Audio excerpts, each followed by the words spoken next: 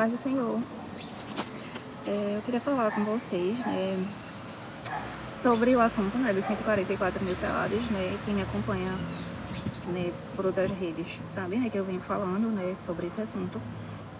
E assim, primeiramente, eu queria deixar claro, que sobre esse assunto, eu já venho estudado, faz um tempo, já tenho feito pesquisa, já fazia um tempo já, que eu também queria falar, só que, na verdade, eu estava pedindo permissão a Deus, Eu passei um tempão orando, primeiramente, para pedir permissão a Deus, se realmente eu poderia falar sobre esse assunto, E por esses dias me foi confirmado, então por isso, que eu soltei algumas coisas, E vamos lá, eu vim pra cá, porque começou a chover, aí eu vim pra área de serviço. Eu não vou falar lá dentro de casa porque tá um barulho da TV, mãe tá assistindo TV, aí eu vim pra cá. E meu quarto também tá muito escuro, eu tô sem a minha ring tá lá no estúdio de manhã.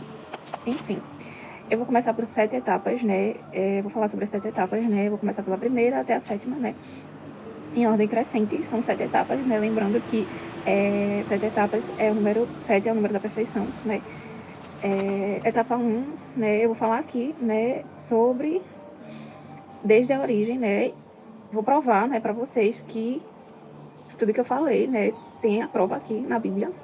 Vou provar por capítulo e por versículo. Vamos lá, etapa 1, origem do infinito. Efésios, capítulo 1, versículo 4. Nos elegeu nele antes da fundação do mundo. E Pedro, capítulo 1, versículo 20. Conhecido com efeito antes da fundação do mundo. O que significa que antes de existir tempo, espaço ou humanidade, os 144 mil já estavam no pensamento eterno de Deus. Ou seja, eles são centelhas divinas, não criados por acaso, mas escolhidos e reservados.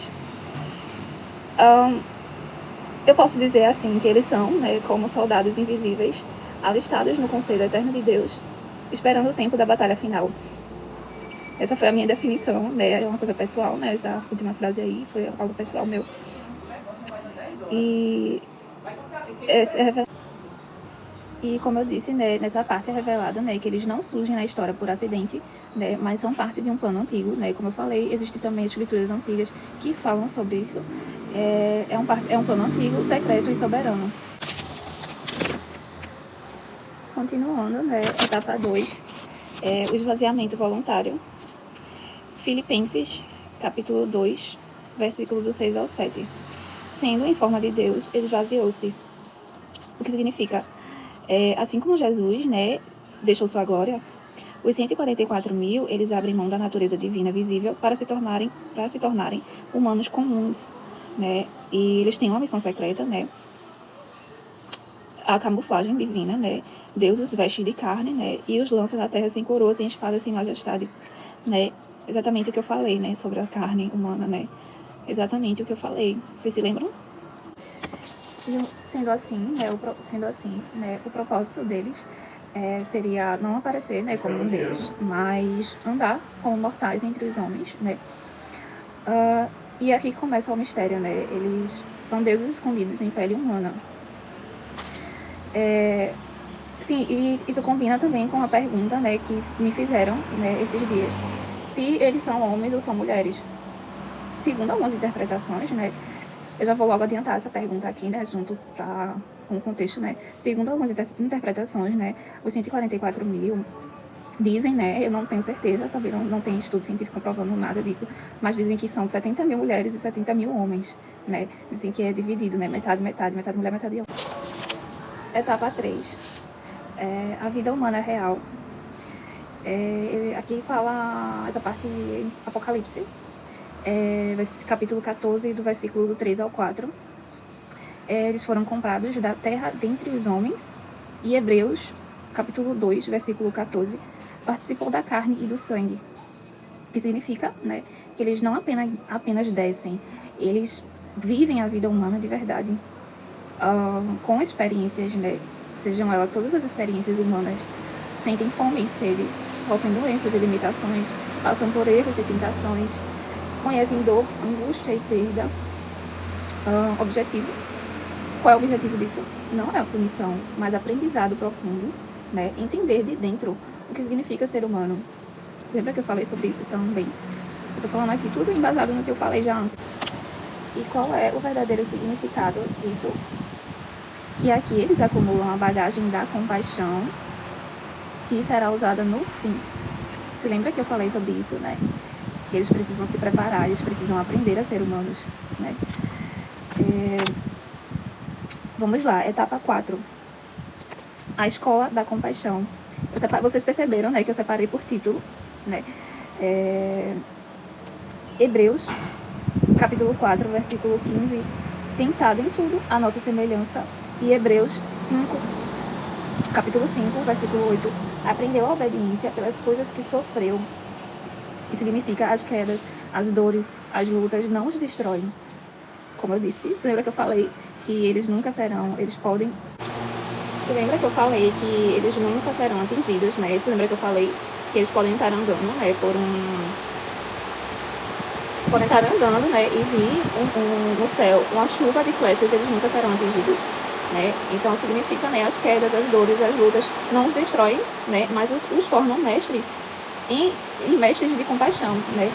Na fraqueza eles descobrem a misericórdia de Deus, nos erros entendem a paciência divina, na dor aprendem a chorar com os que choram.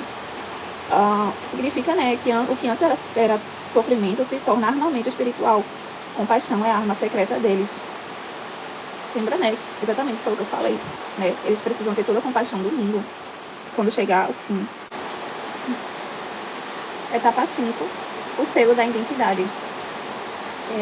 Apocalipse, capítulo 7, versículo 3. Até que hajamos selado os servos de nosso Deus em suas testas. O que significa? No tempo certo, né, Deus revela quem eles realmente são. Você lembra que eu falei que quando chegar o Apocalipse, né, eles poderão ver, né, nas testas dos outros selados justamente esse selo. O selo da testa não é só também... o selo na testa não é só um símbolo visível, né, mas a lembrança também gravada de sua origem divina. Confirmam, né, que eles não eram apenas homens, mas Deus disfarçado, né. O selo, né, vai ser a hora que o oculto vai se tornar público, né. Ou seja, será, né, no momento do Apocalipse, né, como eu falei, né, o selo ele vai ser visto, né, vai ser visível na hora do Apocalipse, né. Que será o momento, né, que eles serão marcados como a real tropa oficial do Altíssimo, né, em outras palavras. Etapa 6, a missão final. Apocalipse 14, versículo 4. Eles seguem o Cordeiro para onde quer que vá. E Apocalipse 14, versículo 3. Cantavam um cântico novo. Essa é a parte que eu mais amo. Que ninguém podia aprender. Cantavam um cântico novo que ninguém podia aprender. O que significa a missão final não é com violência, mas com amor absoluto. Cantam um cântico novo, só quem viveu a carne pode entoar. E o que significa cantam um cântico novo? Que só quem viveu a carne que pode entoar. É a melodia da experiência humana e da vitória sobre ela. A arma principal sendo a compaixão, né? E qual seria essa estratégia, né? Eles não vencem pelo medo, né? Mas pela ternura conquistada na dor. Ou seja, no juízo final, eles tornam-se ponte viva entre o Cordeiro e as multidões, conduzindo pessoas ao bem. O que foi que eu falei? Que significa, né, que sim, eles são Deus, né? Mas essa parte com o nome do Pai escrito em suas frontes. Que significa, né, que eles não guardam a glória para si, mas devolvem tudo ao Cordeiro, né? Da mesma forma, quando Jesus veio para a Terra, ele sempre deixou claro, né, que ele era filho de Deus, né? Mas a gente sabe, né, que ele era o próprio Deus vivo na Terra também, como os 144 mil selados, né? E Jesus, ele veio ensinar, né, o amor, a compaixão, né? É tudo baseado nesse contexto, né? Adão e Eva, Noé, Abraão, Moisés veio ensinar a lei, veio ensinar o que é certo e o que é errado. Jesus veio ensinar o amor. Então, assim, a gente precisa, né, ser ensinados, a gente precisa. E etapa 7, o destino eterno. Apocalipse, capítulo 14, versículo 1. E com o cordeiro, 144.000, com o nome do Pai escrito em suas frontes.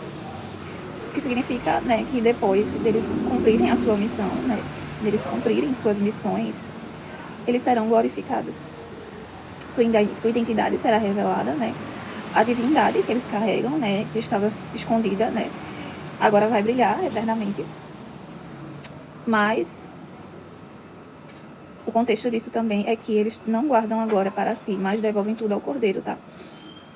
Eles são deuses. Aprender, né, e também um grande ensinamento, né, é que a gente pode sim ser humano e pode sim ser santo, né? A gente pode também aprender, né? Significa também isso, né? Os 144.000 selados. Então, né, sobre a etapa 7 ainda, né, que a história vai se fechar, né? Quando aconteceu o Apocalipse, a história se fecha. Como eu disse, a gente não vai ter mais chances, né? Mas os 144.000, os disfarces, né? As camuflagens irão cair, né?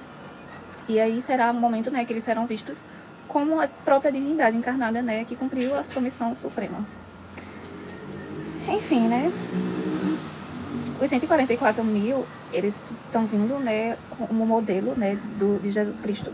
Jesus Cristo veio como modelo de Moisés, né? Moisés ensinou o que é a lei e Jesus veio ensinar o que é o amor. E os 144.000, né, é o reflexo do modelo de Jesus Cristo, que Jesus foi corrigindo, né? Corrigindo. Jesus não foi o reflexo de Moisés, não, tá? Jesus, ele veio para ensinar o amor, né? Mas assim, ele foi a continuação de Moisés, né? E os 144.000 que são o reflexo de Jesus, tá? Corrigindo, para vocês não interpretarem mal, tá? Jesus foi o Deus pleno, né? Que viveu como homem, né? O modelo original. E os 144.000, eles são o reflexo desse modelo, tá? Deus que se esconde em carne comum, né? Para aprender e salvar, né? Os humanos comuns, né, são alvo justamente, né, dessa compaixão que nasce dessa experiência, né? Então, os humanos, né, justamente eles são o alvo, né, dessa compaixão que nasce, né, a partir dessa experiência, né, que é criar a Terra, criar humanos, criar seres, né? Se vocês pararem para analisar, né, direitinho, se vocês pararem para pensar, os selados, 144.000 selados, eles não são só o modelo de Jesus, mas também são a conjuntura, né, da criação humana, né? Adão e Eva, Abraão, Moisés, Jesus Cristo, né? São 12 tribos, né, de Israel, né? 70.000 mulheres, 70.000 homens. Deus encarnado na Terra. Se vocês pararem para analisar, é o conjunto todo. Então, por isso que eu coloquei, né, 7 etapas, né, que justamente 7 é o número da perfeição, né? Deus nos criou a imagem e semelhança, né? Porém, Adão e Eva, né? Porém, foi criado o pecado, né? A partir da liberdade, né? Como eu expliquei. E baseado nesse contexto, né? Então, assim, se vocês pararem para reparar, né? O ciclo vai se fechar, né? A gente não vai ter mais tempo, a gente não vai ter mais escolhas. Realmente o Apocalipse ele vai vir, né? Para ser realmente o fim, né? E realmente, né? Eu acho que hoje em dia a humanidade está perdida. Vocês concordam comigo? E no Apocalipse, né? Vai ser 1 milhão de vezes pior, né? Como eu já falei, né? Que as dores vão se multiplicar, né? 1 milhão de vezes, né? Até porque o anticristo ele vai vir para a Terra, né? E junto com o anticristo, né, vão vir todas as malícias do mundo, né? A besta, ela vai se levantar, ela vai surgir do mar, junto com uma prostituta, né, que vai ser a rainha, né, da Babilônia, que vai, né, justamente ser a rainha, né, da imoralidade, das abominações, de tudo que não presta, né? Vai acontecer no Apocalipse, né? Então, se tá assim, hoje tá assim, imagine no Apocalipse,